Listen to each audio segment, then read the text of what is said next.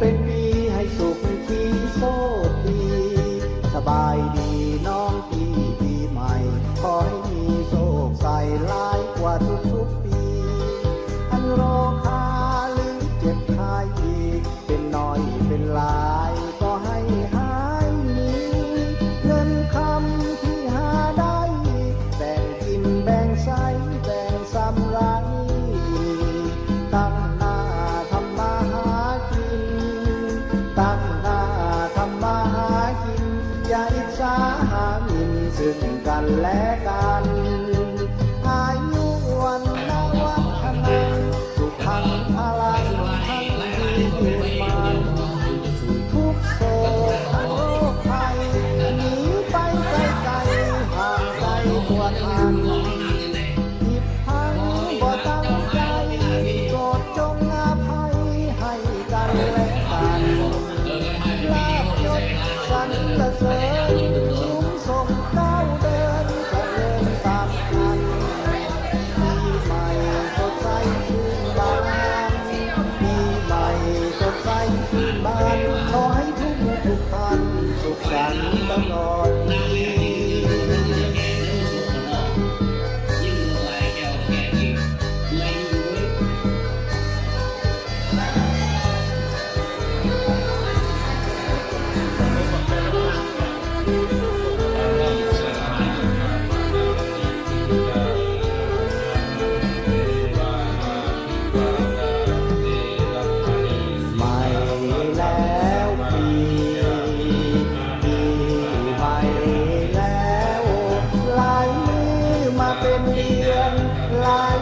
เป็นปีให้สุขที่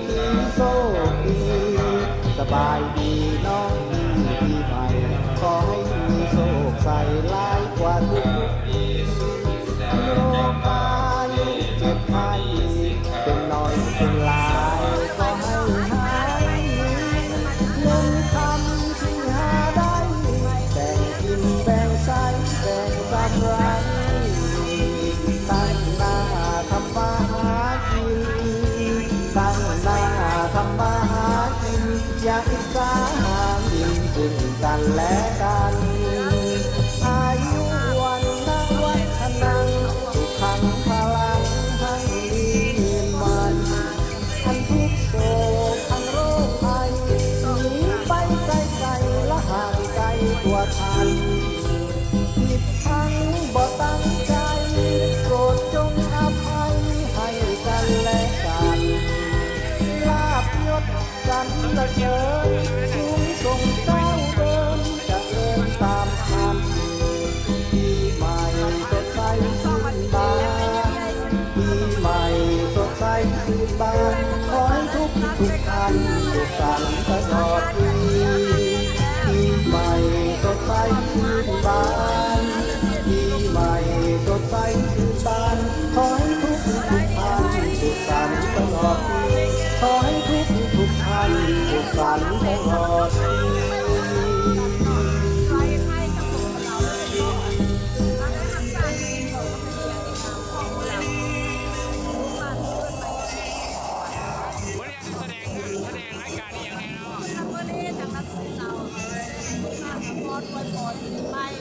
แล้วสำหรับพวกเขา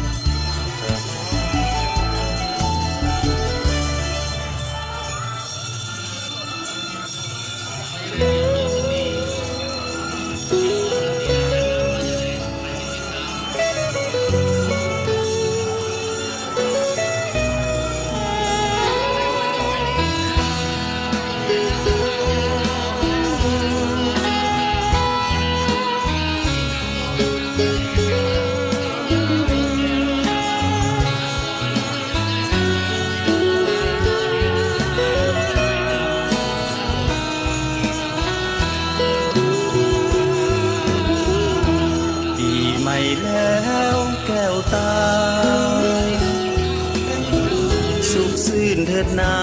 อย่าโศกสันลืมความคุ้นคงมองใจกัน ให้ปีเก่านั้นหอบพาไป ปีใหม่แล้วคนดี สดชื่นสุขีจิตแจ่มใส มีความคิดต้องการสิ่งใด ก็ขอให้ได้ ดังใจปอง อายุยืนยาวมัน วันนับนั้นขาวผ่อง สุขขาสุขสมปอง ภาระ ห่างโพยภัย ปีใหม่แล้วแก้วตา หาเขานั้นนาจงแจ่มใส เดือนปีผ่านคนหมุนเวียนไป หาเขาอย่าได้เปลี่ยนไปตาม